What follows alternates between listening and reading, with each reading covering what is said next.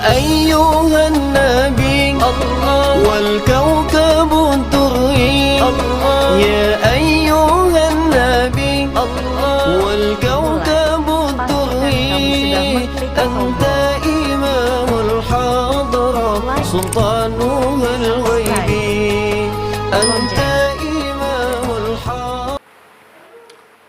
Dalam hal ini kita tidak akan melihat secara lahiriah bagaimana proses munculnya seorang Muhammad sebagai Nabiullah, tapi kita ingin melihat apa yang dibawa oleh seorang Muhammad sebagai Nabiullah pada abad itu.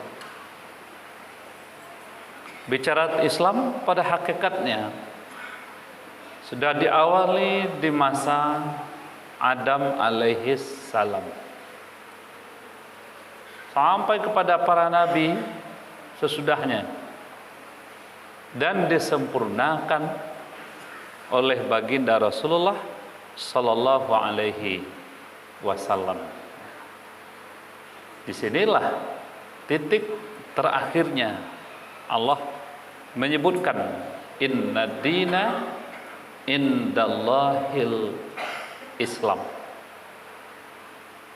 karena berkembangnya berbagai keyakinan umat yang nyebut adalah sebuah wadah, kelompok, firqah, aliran, tapi Allah katakan satu di antara keyakinan atau agama yang dimiliki oleh umat yang aku ridhoi hanya Islamlah sebagai agama yang sempurna kebenarannya. Bapak sudah kaum muslimin sedang jemaah-jemaah rahimakumullah. Oleh karena itu kita ingin katakan baginda Rasulullah muncul di dalam menguatkan 3 pondasi kehidupan kita. Satu namanya tahsinul akidah, yang kedua namanya tahsinul ibadah, yang ketiga berkaitan dengan persoalan muamalah. Inilah barangkali yang kita lihat di dalam ayat yang kita bacakan pada mukadimah tadi. Allah berfirman, sesungguhnya aku ini adalah Allah sebagai Tuhan. Tidak ada Tuhan yang pantas dan patut kamu akui, kamu yakini, kamu taati, kamu ibadahi, dan kamu bermohon terhadapnya, kecuali akulah Tuhanmu itu. Bapak Saudara kaum muslimin sedang jemaah-jemaah rahimakumullah. Di dalam persoalan kehidupan ini sesungguhnya yang terjadi. Semakin hari semakin berat dan luas masalah hidup ini. Dan semakin banyak pula cara-cara orang untuk mengakhiri dan mengarahkan pola cara hidupnya. Tapi di dalam Islam sebagai seorang muslim, inilah kelebihan dan kekuatan kita. Pengakuan bertuhan kepada Allah itu tidak hanya terletak di dalam sebuah keyakinan, tapi pada prinsipnya harus ada wujudnya di dalam amaliyah kehidupan kita sehari-hari. Ini barangkali yang Allah maksudkan. Faqim wajhaka lid-dini hanifa. Maka dari itu hadapkanlah wajahmu kepada agama yang lurus.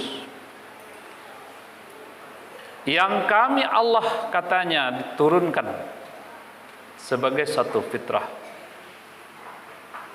sesuai dengan fitrah yang ada pada tiap-tiap diri manusia itu. Tapi di saat berbagai persoalan orang lari dari kebenaran yang Allah turunkan, artinya menghadapkan seluruh persoalannya kepada hal yang tidak benar, maka semakin hari semakin berat tantangan dan persoalan hidup. Padahal perjalanan hidup itu hanya dua wujud di samping ridha Allah. Satu, ingin cari kebaikan dan kebahagiaan dunia. Dua, ingin cari kebaikan dan kenikmatan akhirat. Tapi kita manusia kadangkala berada dari dua yang berbeda. Ada orang bisa dapatkan kenikmatan dunianya, tapi mereka tinggalkan kenikmatan akhiratnya. Ada orang dapatkan kenikmatan dunia dan kenikmatan akhirat, tapi ada juga sebaliknya. Orang sudah abaikan kenikmatan dunia, tidak pula dapat kenikmatan akhirat. Kalau dapat pun kenikmatan akhirat, tapi mengabaikan kenikmatan dunia, yang seburuk-buruk dan sejelek nasib. Orang abaikan kebahagiaan kebaikan dunia, dan orang tinggalkan kebaikan dan kenikmatan akhirat. Jadi Islam perlu nyatanya pondasi yang pertama, berakidah dengan benar. Jangan lari dari Allah. Ini pada prinsipnya. Bapak Saudara kaum muslimin sedaya jemaah rahimakumullah. Andaikan kita layangkanlah pandang kanan jauh, kita dah tukiakan pandang kayang ampi ya. Bolehlah ambil contoh karena sudah dia ambil tuah kayang manang alam takambang jadi guru. Persoalan keluarga, orang datang juga ahli pintar, namanya tukang ramal, namanya dukun. Persoalan usaha yang digelutinnya maju dan mundur, orang pakai dukun, orang pakai orang pintar. Persoalan jabatan yang dimilikinya, orang juga cari dukun dan datangi ahli ramal. Persoalannya adalah, mungkinkah semua itu menyelesaikan berbagai masalah dunia yang kita lewati? Jawabannya pasti tidak. Artinya kalau sudah meminta selain daripada Allah, maka semakin berat dan semakin bertambah masalah dan persoalan hidup. Bapak Saudara kaum muslimin sedaya jemaah rahimakumullah. Oleh karena itu perlunya menguatkan akidah. Pertanyaannya, bagaimana pola dan caranya? Satu di antaranya perlu sirih pulang ke gagang, pinang kembali ke tampuaknya. Harus kembali kepada konsep dasar.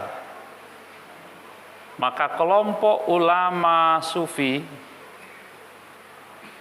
mereka yang ahli dalam tasawuf, memakai istilah, ada namanya syariat, ada namanya tarikat, ada namanya hakikat, dan disempurnakan dengan makrifat. Itu hanya istilah di dalam menguatkan akidah di tengah-tengah amaliyah sikap pola hidupnya. Apa artinya bersyariat? Merujuk kembali kepada undang-undang, dasar-dasar, aturan mainnya, segala aspek yang sudah tertera di dalam Islam itu. Titik bengeknya pasti kita akan bicara syahrul Ramadan allazi unzila fihil Qur'an. Hudal linnas wa bayyinati minal huda wal furqan. Pada bulan suci Ramadan Allah turunkan kitab suci. Apa peranannya? Sebagai petunjuk. Apa fungsinya? Pembeda antara yang hak dengan yang batil. Bapak Saudara kaum muslimin, inilah persoalan yang prinsip di antaranya. Hari ini banyak juga di antara umat yang tidak kembali kepada syariat itu. Al-Quran dibaca 30 juz. Malah sebagiannya ada yang bisa mengkhatamkan. Tapi sayang sedikit yang menghayatinya. Di antara surat yang terpanjang dari 30 juz itu adalah Al-Baqarah. Hampir 70% dia bicara tentang ekonomi. Kalau bicara Islam, kita kadang-kadang menyimpulkan bahwa itu hanya persoalan ibadah. Kalaupun saya tidak datang ke masjid, kalaupun saya tidak datang ke musala, ke surau, ada kajian, ada majelis ilmu, yang paling akan disampaikan para alim, para ulamanya, ustadznya, persoalan salat, puasa, zakat, dan haji. Lupa dia, syariat bicara tentang ekonomi. Nah, di antaranya konsep dasar bersyariah. Bapak-bapak saudara, ekonomi kita umat kebanyakan kapitalis. Dengan modal sekecil-kecilnya, keuntungan sebesar-besarnya. Sistem ekonomi seperti ini berkembang di tengah sebahagian masyarakat. Mulai dari ekonomi kecil sampai kepada yang besar. Perbankan itu pada prinsipnya dia bicara kapitalis. Sehingga ulama hampir sepakat menghukumnya dengan riba. Sebahagian di antara mereka yang tahu, dia mundurkan diri dari bank. Ada yang mundurkan dirinya dalam bekerja, ada yang mundurkan dirinya dengan memindahkan tabungan ke tempat lain. Kenapa? Karena bertolak belakang dengan syariat katanya. Pertanyaannya, tenangkah ekonomi kapitalis dibiarkan? Karena dia akan kehilangan nasabah. Nyatanya enggak. Maka ekonomi syariah itulah dia pegang. Ramai-ramai Pak, program bank ini lari ke syariah. Tadinya dia konvensional, sekarang dia sudah ikuti syariah. Ada BRI-nya syariah, ada mandirinya syariah. Malah terakhir bank yang muda mulai juga bersyariah. Bank Nagari pun sudah mengawali syariah. Apa artinya? Ekonomi yang besar, yang tadinya kapitalis, hari ini nih dia merujuk kembali ke syariah. Kalau sudah syariah, maka para ustadz, para alim, para ulama mulai diam. Itu baru tuh, bagus tuh, boleh tuh. Karena dia tidak lagi konvensional, dia sudah merujuk kepada syariah. Tapi sayang Bapak Saudara, ekonomi kecil berkembang di masyarakat kita hari ini masih jauh dari syariat. Mau punya modal, pinjami orang lemah. Tapi kembalinya harus sekian puluh %. Tukang goreng dipinjami uang 500.000 rupiah. Dalam 10 hari harus pengembaliannya 65.000 per hari.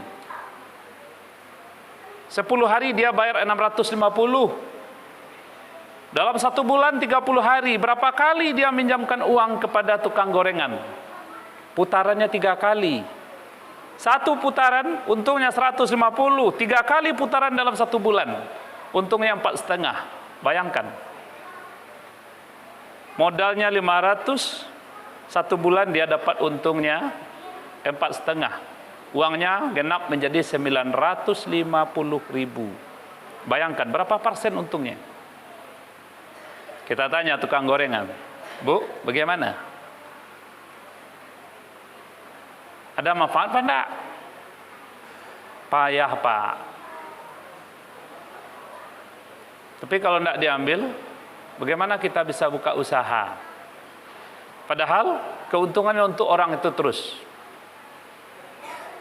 Bapak, Saudara, inilah yang kita sebut ekonomi kapitalis yang tidak pernah mau kembali kepada syariat. Hari ini pinjaman-pinjaman online mengarah kepada kapitalis. Malah koperasi-koperasi yang berkembang di tengah masyarakat sebahagian mengarah kapitalis. Sehingga umat ini terjerat dan terikat dengan sistem pinjam-pinjam yang kapitalis. Pertanyaannya, bagaimana tidak kembali kepada syariat? Inilah persoalan kita. Kenapa tidak kembali ke syariat? Hubungan keluarga orang tidak kembali syariat, maka ini yang pernah kita kedepankan. Kenapa ada seorang suami nikah dengan seorang perempuan istrinya, lalu nikah lagi dengan adik perempuan dari istrinya? Bayangkan, satu laki-laki, 2 orang perempuan dinikahi berkakak adik, satu mak, satu ayah. Hal yang tabu di tengah-tengah kehidupan sosial bermasyarakat. Tapi kenapa kok terjadi? Malah dia katakan dirinya seorang muslim. Pertanyaan, sinkron atau bertolak belakang dengan syariat? Jawabannya tidak kembali ke syariat. Pernah kita contohkan yang sederhana. Kambing itu kita beli 2 ekor. 1 jantan, 1 betina. Sampai di rumah disatu kandangkan. 6 bulan kambing betinonya hamil. Punya anak 3. Setahun setelah itu. 2 tahun setelah anaknya lahir, kambing betina ini juga besar. Sama besar dengan induknya. Pertanyaannya, siapa bapaknya atau lakinya nanti? Laki dari anak kambing betina yang 3 itu adalah laki maknya, laki induknya. Itu kambing. Kenapa kambing? Karena binatang. Bapak, Saudara, hari ini mulai muncul ke permukaan. Bapak laki-laki nikah dengan seorang perempuan. Dia punya istri, 1 tahun dia hamil, lalu dia melahirkan anak perempuan. 17 tahun sudah itu, anak perempuan yang lahir ini besar pula badannya pada maknya. Tapi kita dengar ocehan, 3 bulan hamil oleh bapak kandungnya. Pertanyaannya, apakah tidak sama sang bapak seperti itu dengan kambing? Persis seperti binatang. Pertanyaan terakhir, kenapa tidak kembali ke syariat? Inilah persoalan akidah. Baginda Rasulullah tanamkan itu di tengah masyarakat jahiliyah. Yang tadinya tidak pandang bulu, yang tadinya tidak beradab, akhirnya mau tahu dan ujung-ujungnya beradab. Berapa lamanya? 23 tahun di Mekah Madinah. Rasulullah bisa merubah umat dengan akidah yang benar, dengan syariat yang sempurna. Tapi kita umat hari ini, Bapak Saudara, sudah berapa tahun syariat itu ditanam oleh baginda Rasulullah? Lebih kurang 1500 tahun. Kenapa sulit sekali perubahan ini? Rabiul Awal tidak hanya mengingat tentang kelahiran seorang Muhammad, tapi yang penting bagaimana lahirnya syariat yang bisa merubah yang jahat menjadi baik, yang salah menjadi benar. Ini yang kita butuhkan di tengah kehidupan umat ini. Apa namanya? Tahsinul akidah. Kita tadi tidak melihat, hampir tidak ada kambing jantan dengan kambing jantan dia berhubungan, kawin. Tidak ada kita lihat sapi betina dengan sapi betina dia kawin. Hewan saja jijik kalau dia berhubungan satu kelamin. Tapi hari ini kita lihat di permukaan. Kita lihat laki-laki kawin dengan laki-laki. Kita lihat perempuan kawin dengan perempuan. Apa persoalannya? Jawabannya tidak kembali kepada syariat. Jadi Rabiul Awal penting untuk kita gerakkan. Disinilah siarnya Islam dalam mengembalikan prinsip-prinsip dasar berislam itu. Yang kedua namanya tahsinul ibadah. Maka Allah katakan fa'budni wa yuqimunas shalah. Jadilah hubungan dengan diriku namanya salat. Salat tidak kita lihat secara lahiriah dalam hal itu, tapi salat itu kita lihat dalam konsep maknawiyah. Apa rukunnya kemarin? Ada namanya dengan silah. Kenapa persoalan rokok sebatang bisa hilang nyawa seseorang? Kenapa persoalan-persoalan kecil tetangga bisa menghabisi nyawa temannya, tetangganya? Jawabannya satu. Di saat silah ini tidak jalan dengan baik, maka kebencian dan berujung dengan kezaliman. Yang kedua namanya salawah. Ini yang tidak banyak jalan, Pak Saudara. Apa rujukannya kepada Rasulullah? Siddiq, amanah, tabligh, fatanah. Mereka para sahabat tidak pernah jebolan SR. Jangankan sarjana lagi, sekolah rakyat dia tidak ikut dia. Tapi fatanah, amanahnya luar biasa. Hari ini bukalah mata kita seluas dan selebarnya. Mereka para sarjana S1, S2, S3. Tapi sayang, ini pula yang menjadi penjahat-penjahat umat ini sebahagian. Apa yang kurang ini? Karena tidak sidik, tidak amanah, dan tidak fatanah. Yang terakhir namanya shalah. Kembali kepada Allah pada prinsipnya. Bapak, saudara, kaum muslimin sedaya jemaah rahimakumullah. Mudah-mudahan dengan Jumat yang sederhana ini, Rabiul Awal bisa kita maknai lebih dewasa dan lebih gemuk lagi. Tidak hanya cerita bicara tentang kelahiran secara lahiriah, tapi memaknai konsep kelahiran syariat secara ruhaniyah. Mudah-mudahan tentunya bermanfaat. Fa'tabiru ya ulil absar la'allakum turhamun.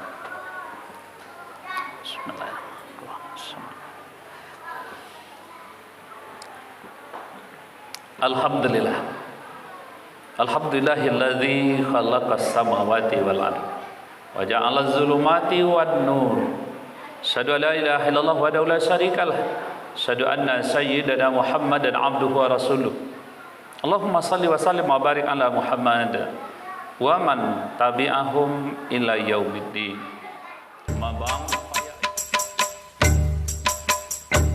Ya Nabi